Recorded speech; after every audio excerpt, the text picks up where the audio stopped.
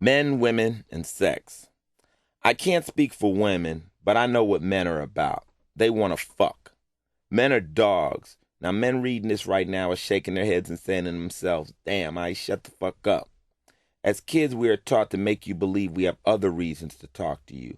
At school, we'll walk up to you and ask, what's your name? How you doing? But what we're really saying is, man, I want to fuck you. This is what drives a male. Women should give me a special service award for tipping them off. This instinct is simply in men. That's why a little boy will open a Playboy magazine and get an erection. He's never seen a naked woman. He doesn't even know what his dick is for, but he will have an erection because the feeling is innate. Women do not want to believe this, but sex is the only thing men are thinking about when they initially step to you. When you walk into a club and go after a girl, you go after her because she's attractive to you sexually. After you get to know each other, love may take over and the relationship transcends into something deeper. But the first level is always animal attraction. The male sex drive is so powerful that if it were to be eliminated, the entire economy would crash in one day. There would be nobody at work, nobody in school. All we would do is lay around, eat, fart, and get fat. The sex drive is what makes men get up in the morning. It's the machine that runs the world. Why do men want to become successful? To get women. For gay men, it's no different. Your ambition is to please your partner. The sex drive is so powerful that a man goes into this warp where he will do anything for his women. I've been on that insane chemical before when my girlfriend was coming to meet me in New York.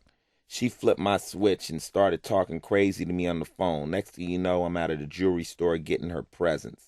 I lost my mind because passion causes you to lose your mind.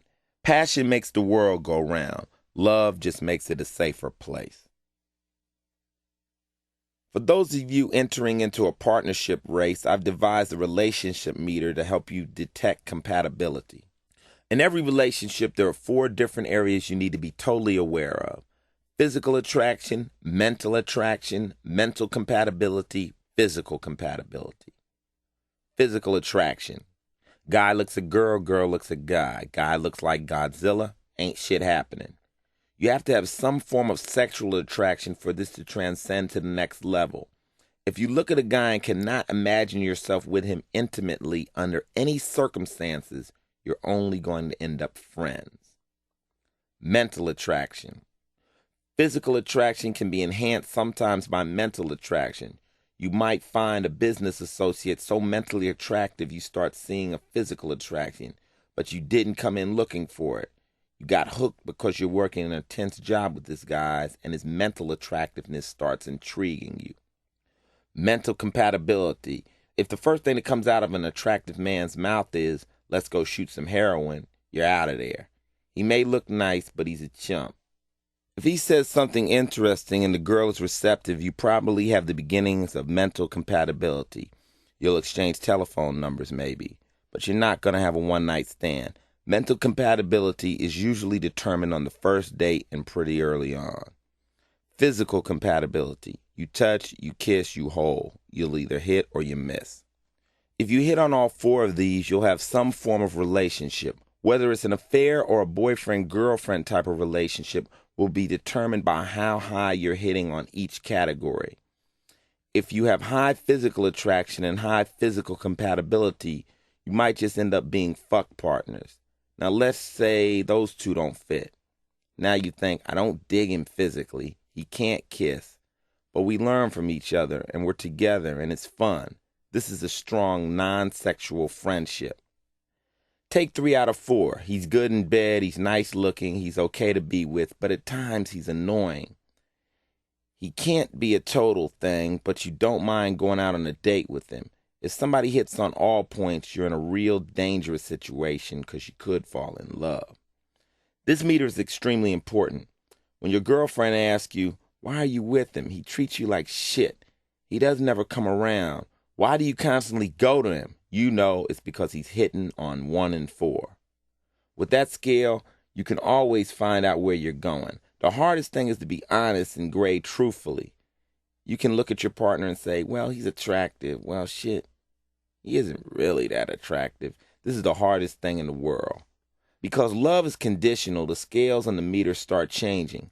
Maybe the guy's getting fat and the passion needs to be regained. Most of the time, the relationship deteriorates because people start getting lazy. It's not like you're still working at it like you were. You're not going out together anymore. You're not dressing up. And when you first went out, you looked sexy for each other. You knew how to turn each other on. You can rekindle the romance. It's not that hard.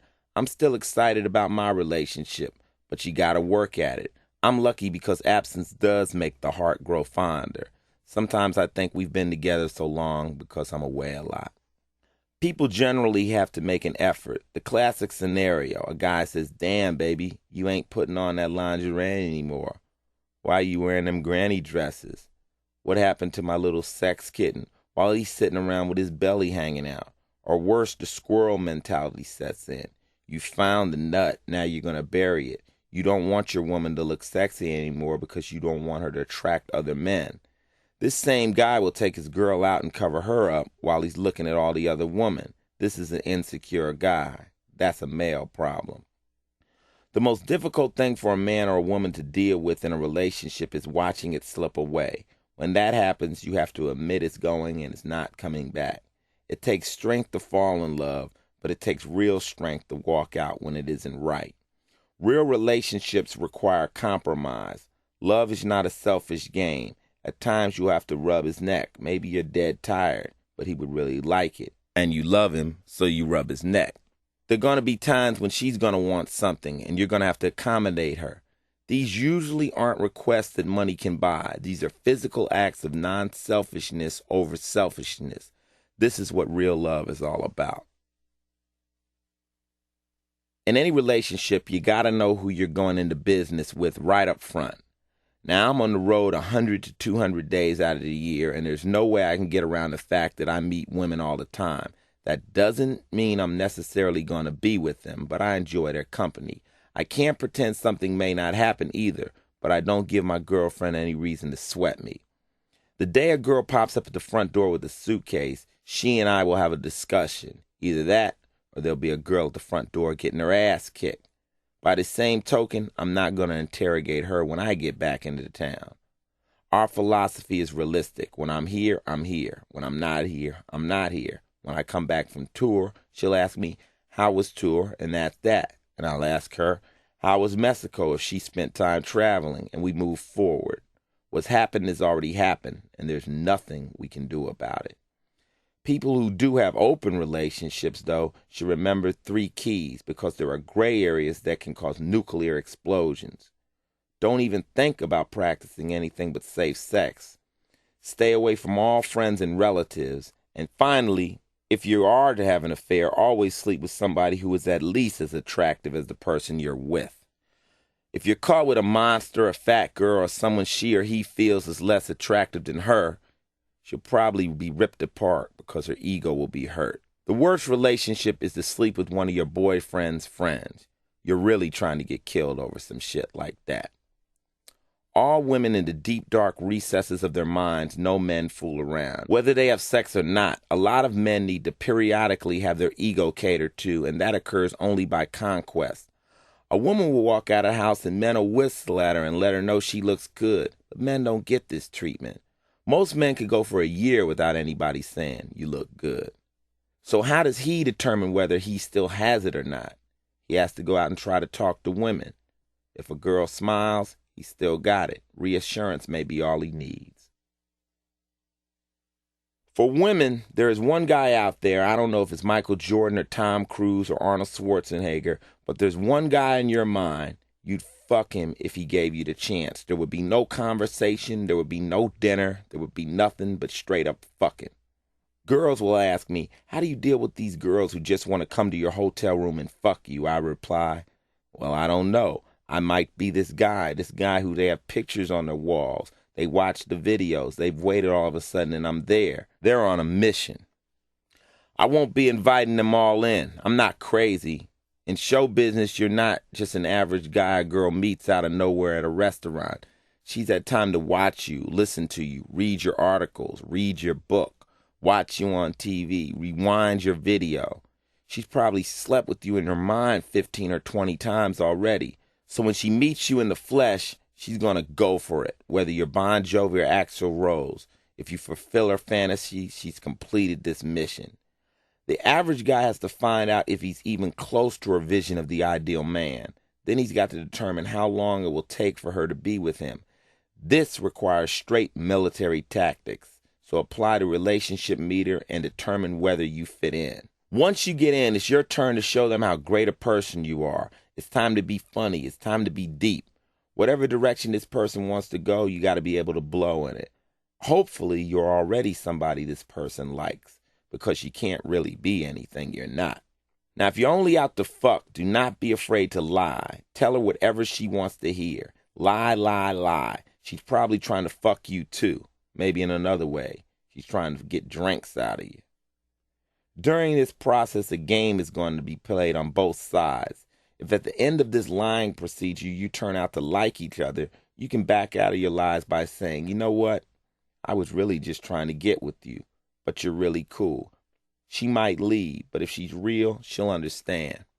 When I met my girl, I just walked up to her and said, do you want to be on an album cover?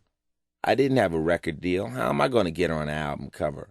But I sized up the situation. She was out there dancing and probably wanted to be seen, so I came up with this line. Do you really want to be seen? As you get older, you don't take the same approach. You go from, I want to fuck a girl, to, I like the way she looks. I wouldn't mind being able to know her over a period of time.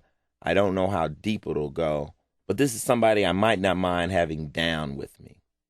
The urgency is gone. You can be real. If you're clever or charming, you'll always find somebody who thinks you're interesting. This, however, is a problem. A lot of guys aren't clever or charming. They ain't got no flavor about themselves. They're just blah. That's their problem, and they got to work on that. I can't tell them how to be charming. My whole point is you got to have some kind of plan that factors into two equations. First, you have to meet somebody who doesn't think you're ugly or you stink. Second, you